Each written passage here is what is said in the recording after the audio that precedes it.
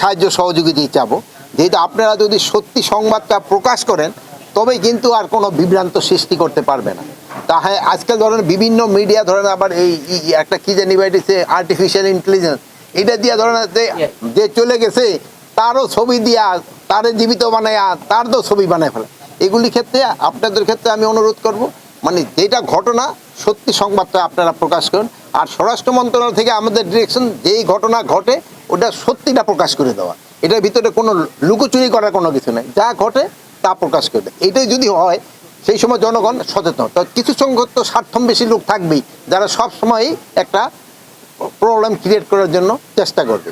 এই জন্য আমি যেই সব রাজনৈতিক দলগুলি এই পুলিশের সাথে এবং অন্যান্যের সাথে একটা বিভেদ করার চেষ্টা করছে তাদের অনুরোধ করব, আপনারা নিজেরা ভিতরে আপনারা করবেন, আমাদের সাথে তো রাজনৈতিক দলের কোনো বিভেদ থাকার কথা না।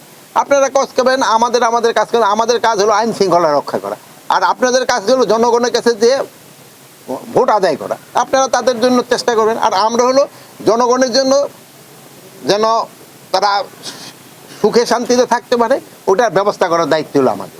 যেমন কোনো যখন যেন কোনো রকমের আইন শৃঙ্খলা পরিস্থিতি যেন অবনতি না হয় এগুলো দেখার দায়িত্ব হলো আমাদের। এই ক্ষেত্রে আপনারা কিন্তু সবচেয়ে বড় ভূমিকা পালন করতে পারেন যদি আপনারা সত্যি সংবাদটা সবসময় প্রকাশ করে দেন। আর এখন হলো কি মিডিয়া এত ভালো অবস্থায় আছে যে আপনারা কিন্তু সব জায়গার খবরই রাখেন, খবরটা দিয়ে দিলে সাথে সাথে হয় সত্যি সংবাদটা দিয়ে দিলে। তা আপনারা ভালো থাকেন। কথার সাথে আমি দ্বিমত করব না, যেহেতু আমরা সব অস্ত্রগুলি এখনও উদ্ধার করতে পারি নাই। আমরা অস্ত্রগুলি উদ্ধার করার চেষ্টা করতেছি এবং আল্লাহ দিলে হয়তো ইলেকশনে আগে আরও অনেক অস্ত্র উদ্ধার হয়ে যাবে এবং ইলেকশনটা যেন আপনাদের সহযোগিতায় জনগণের সহযোগিতায় ভালোভাবে হতে পারে এই জন্য আমরা অবশ্যই চেষ্টা করব। আর ইলেকশনের কিন্তু এই আইন শৃঙ্খলা বাহিনী একটা স্টেক না, এটার মধ্যে সবচেয়ে বড় স্টেক হলো যারা ইলেকশনে অংশগ্রহণ করবে। 2 নাম্বার হলো আপনার ইলেকশন কমিশন, তারপরে হলো প্রশাসন, আর তারপরে হলো আমরা আইন শৃঙ্খলা বাহিনী। এখানে সবচেয়ে বড় স্টেক হলো যারা ইলেকশন করবেন, রাজনৈতিক দল বা ইভেন যারা হিসেবে কী বলে ইন্ডিপেন্ডেন্ট হিসেবে করতে চায় তারা কিন্তু মূল ভূমিকাটা পালন করবে। এখন তারা যদি সবাই সহযোগিতা করে আমাদের পক্ষে ইলেকশন করা সম্ভব, কোনো অসুবিধা হবে।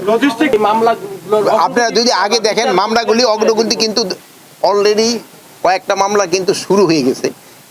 আর প্লাস আরেকটা জিনিস হয়েছিল, আপনারা ধরেন যে একটা হত্যা মামলায় হয়তো 20 জন আসামি হওয়া দরকার ছিল, আপনারা ওখানে 200 আসামি দিয়ে ফেলছে।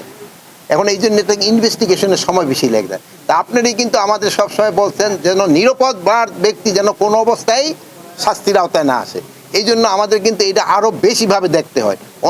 অনেকে নিজেদের স্বার্থ সিদ্ধির জন্য অনেকে কিন্তু কিছু নিরহ লোকের নাম দিয়ে দিছে, এই জন্য কিন্তু সময়টা বেশি লেগে যায়। যদি তারা অ্যাকচুয়াল আসামিদের নামটা দিত তবে কিন্তু এত সময় লাগতো না। আপনারা ভালো থাকেন, দোয়া করি আল্লাহ। এরা একটা সত্যি মেসেজে দিয়েছে, এখানে যারা বাংলাদেশি নাগরিক ওখানে আছেন তাদের তো আমাদের নিতে হবে। আপনি হয়তো 10 বছর হোক বা 20 বছর হোক যদি আপনি ওখানে যেয়ে থাকেন, বাট আপনি যদি আমাকে বাংলাদেশিও নিয়ে থাকেন, বাট যারা রোহিঙ্গা তাদের আমরা অ্যাকসেপ্ট করতেছি না, রোহিঙ্গাদের আমরা ওখানে ফেরত পাঠাচ্ছি। তারপরে আমরা তাদের বলতেছি যদি আমাদের এরকম কোনো বাংলাদেশি নাগরিকও থাকে ওখানে, ওটা একটা নিয়ম আছে, একটা প্রপার চ্যানেলে পাঠানো, ওই চ্যানেলে পাঠাবেন। আমরাও কিন্তু ওদেরও যারা এই আসতেছে ইন্ডিয়া, আমরাও কিন্তু প্রপার চ্যানেলে পাঠাই, বাট ওরা আপনি সত্যি কথা বলছেন ওরা চ্যানেলে পাঠায় জঙ্গলে নদীর পাড়ে এইসব জায়গায় ফেলায়। এটা কোনো অবস্থায় গ্রহণযোগ্য না।